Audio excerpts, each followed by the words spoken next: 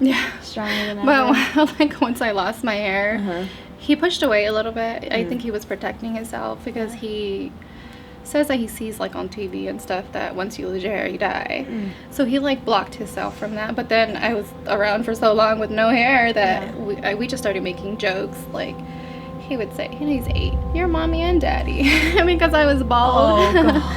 But we would just laugh it off. Yeah. Because what else can you do? Right? Yeah. So.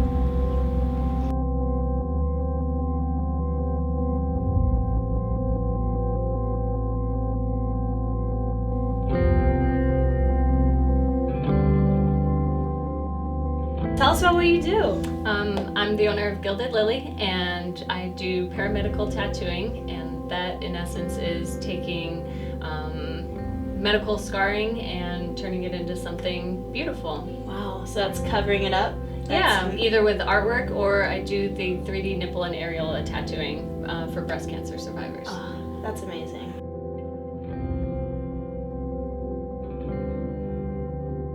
Hey everybody, I am so honored to share a piece of Holly and Amanda's story. In this video, you are going to see images of 3D nipple and areola tattooing, along with Holly completing Amanda's scar cover-ups.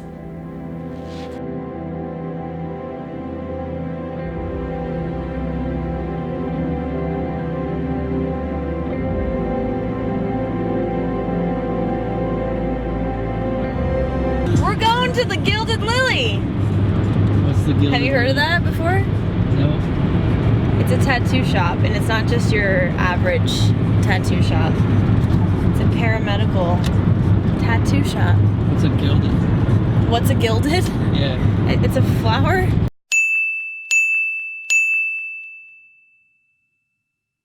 Duh. A gilded lily? I think it's a kind of flower. I know what a lily is. That's a good question. I got diagnosed. He was always asking me for a brother. And I'm like, you're crazy. I'm one and done, right? And then I got diagnosed, and when he broke down crying in his room, literally. He's never prayed in his life, but I was standing outside of the bedroom because he had his own room and I had my room, and I can hear him like crying, oh my God, I just want a brother. What if my mom like doesn't make it? I'm gonna be all by myself. So as soon as I was done, I was like, giving you a brother. What? And that's his brother, and he's the best brother ever. Yeah, you're like, anytime he complains, you're like, you asked for him. Yeah, you asked know what? for He him. doesn't complain. Yeah, like okay, he good. doesn't. He'll complain to me like, why are you scolding my brother? He doesn't. Like So he they just stands tag up team for on him? me.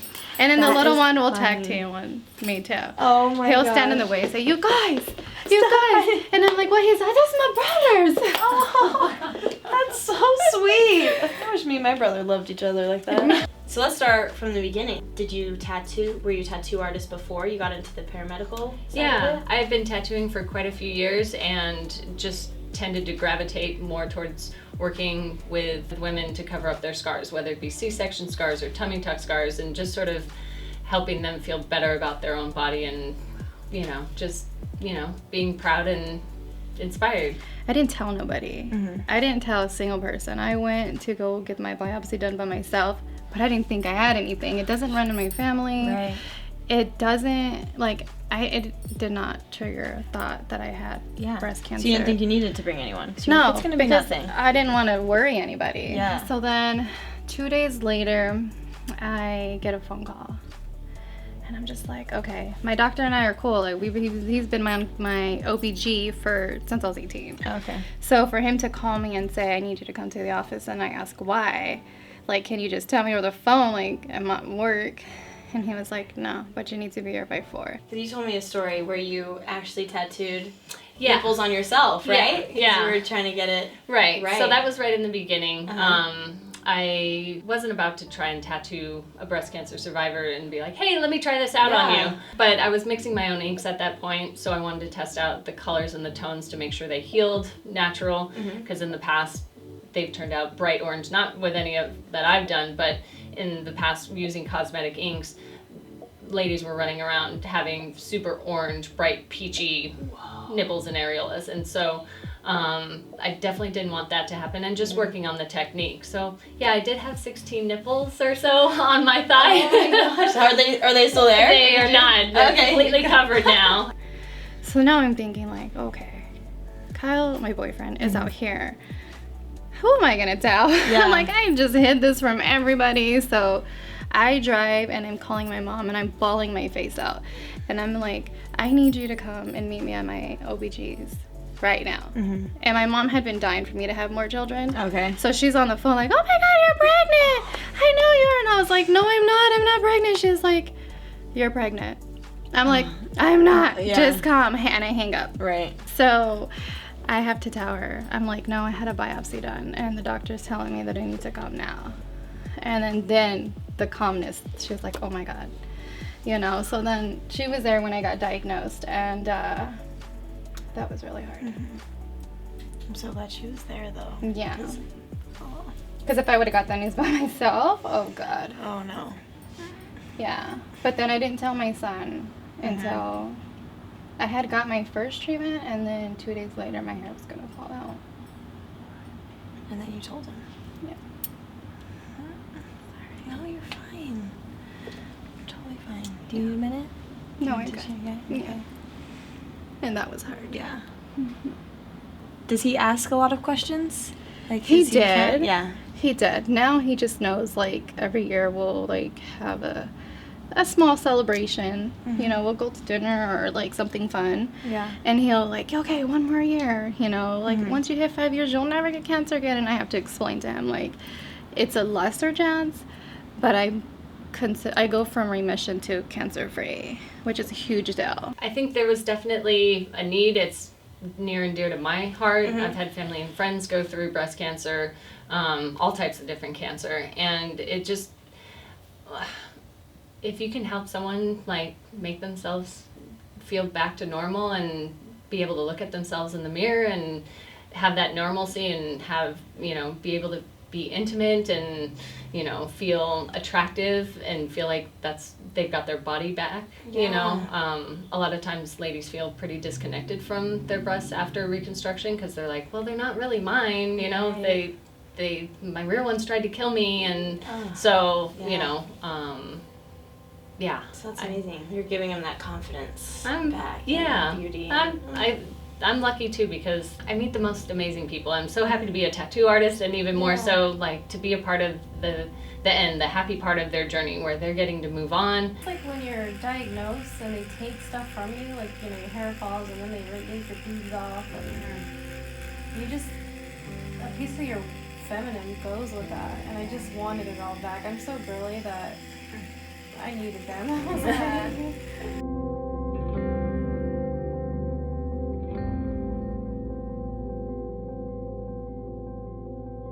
I don't see anything bad, really. Like, you have your days, but I don't have very many anymore. And I'm just, like, happy. I'm just glad to be here.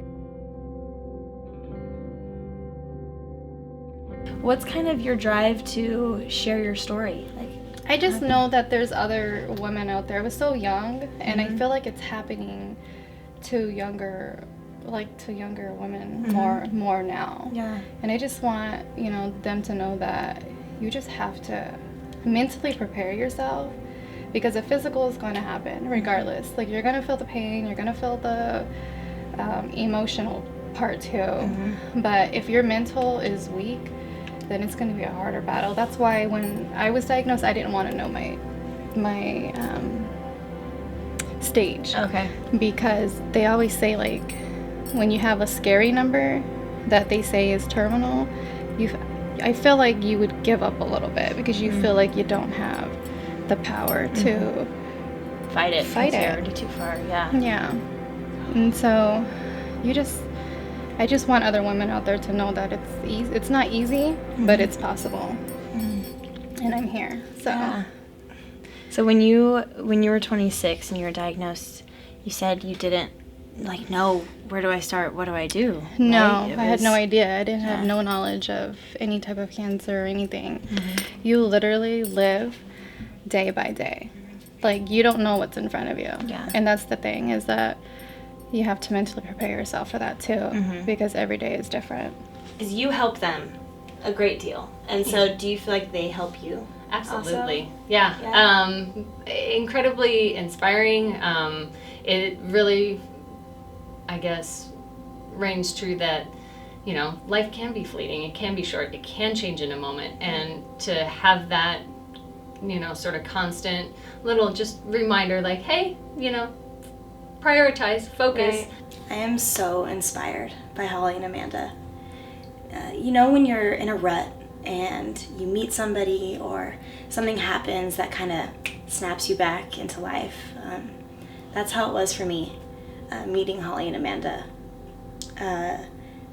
They reminded me that no matter how hard of a struggle we're going through, and we feel like we can't, there's no way we can come out from it, they reminded me that we can, and beauty can come from it, and new relationships can come from it, and it's not going to be easy, but we're also not alone. And these women are so willing to help people, and they want to help people, and by sharing their story, by, you know, whatever they can. So if you or anybody you know would like to reach out to them, they would love it. We'll link Amanda's information below, and also Holly's involved in she's a co-founder of a cancer wellness center called Hope's Haven, and she's involved with a nonprofit called P.INK. So all of that will be in the description, and I'm so happy to have interviewed them and share this video with you guys. Thank you so much for watching, and we'll see you next time.